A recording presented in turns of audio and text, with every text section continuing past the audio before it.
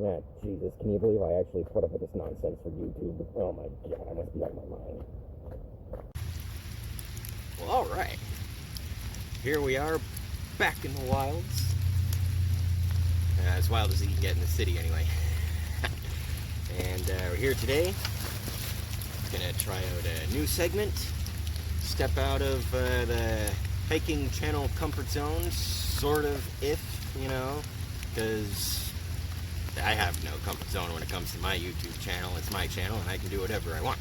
So, with that being said, today marks the inaugural episode of what I will be calling Whiskey in the Wild, where I will be going into the wilds, or at least as wild as I can get, and to taste and review some whiskey. So here we are, episode 1, Whiskey in the Wild. So today, I have a very nice whiskey. It's about as truly local whiskey as you can get, in my opinion, and it's in the form of Dillon's 3 Oak Rye Whiskey. Now, if you follow me and the likes of Dan Bushcraft long enough, you might have seen this bottle being brandished once or twice. And today, I will be tasting it and going through the review process in terms of odor, taste, and color, and doing it all in the wonderful wilds. I tell you, I picked a good day to get wild. Okay, let's crack this bad boy open.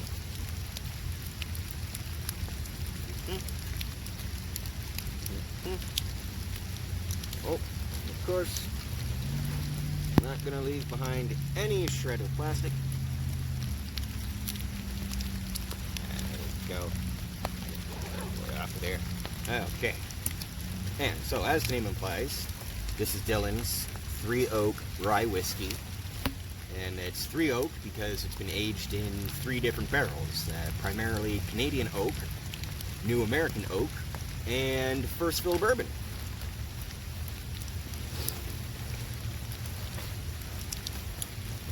And in terms of the aging process, it's aged the legally required 36 months to be considered a Canadian whiskey in the new Canadian barrels. And then I'm not sure exactly what they do, but I think they then split it. They take what they get. If they have 5,000 liters, they split it 2,500 into the New American oak and 2,500 into the first fill, and then they blend it back together. I don't know if it's done like that, but probably it's done like that. Total aging process is about 42 months from what I understand. So it's fairly new whiskey. And check this out. I even brought my special whiskey tasting glass. It's even got a little, I don't know if you'll be able to see that, but it's got a raised nub in the bottom to roll your ice around. I'm a bit of a purist. I don't believe in using ice. I do have my special whiskey glass. Okay, so hopefully I don't get too much water in here. But, as I've said, I am familiar with this whiskey, so talking about it's not going to be too much of a challenge. Okay. If I can maybe show the legs. Oh, showing off the legs is a fool's errand in these conditions. But as I stated, it's only about 42 months, so it's pretty young, and you won't see much action on the legs anyway. The odor is basically like sticking your nose in a bag of rye, because this is 100% Ontario rye grain.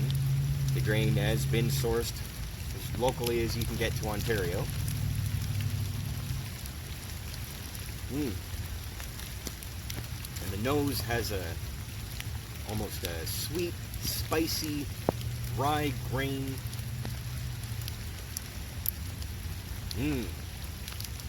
Definitely getting the spicy rye sweetness. Not as much vanilla. You would expect the first fill bourbon barrels to impart a little bit of vanilla flavor, but there's very little vanilla flavor on the nose from the bourbon.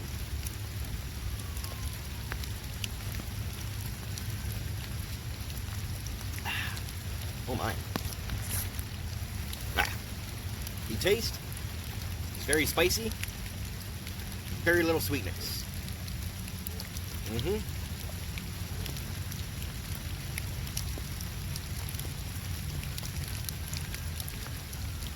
And that's indicative of rye grain. Rye grain in and of itself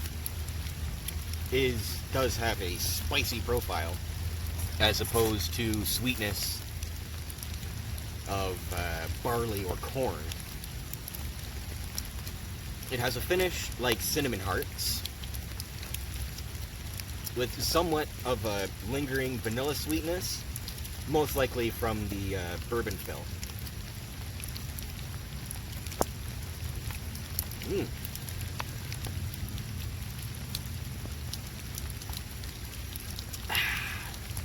Woo-wee. Okay, one more, and then I am getting out of here because it's freaking wet. Okay, one more pour, and then I've had my fun, and I'll call it a day. So, nose, spicy, slightly sweet, minor hint of vanilla.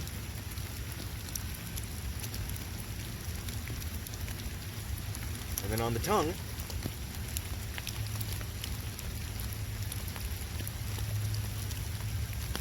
first and foremost is the spiciness and the boldness of the rye.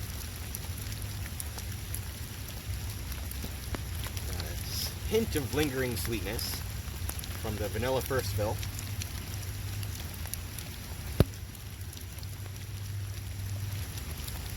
And a finish similar to cinnamon hearts. So it's a sweet cinnamon finish that lingers for quite a while.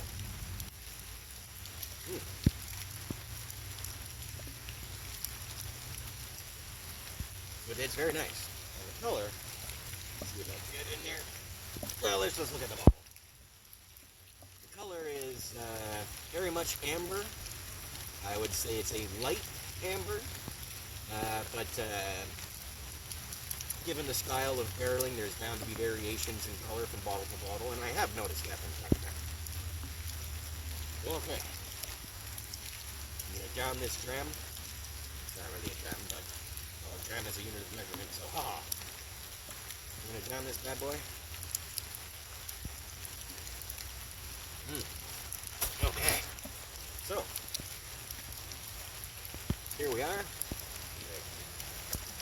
In the Wild Whiskey and Wild review of Dillon's 3 Oak Rye. And even for, I will mention now, that even for a very young whiskey, the barreling is actually quite nice. You do really notice that new oak coming through on the American and Canadian oak. And the first fill bourbon really rounds out the finish, and also the initial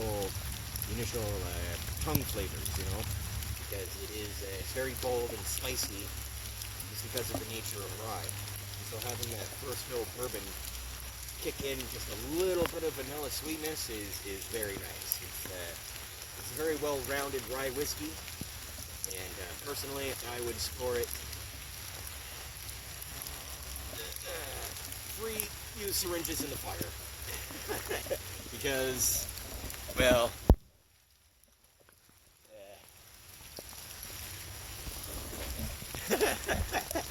so that was a completely arbitrary nonsense rating, but on a scale of buy it again, yeah, I buy that stuff all the time. On a scale of don't buy it to buy it again, I definitely buy that stuff all the time. Alright folks, thanks for joining me on this wacky Whiskey in the Wild adventure, and I hope we can do this again sometimes. Hopefully I'll pick another day and another whiskey where I can get a buddy out here to try it with me and talk some nonsense about some fancy and or cheap whiskeys.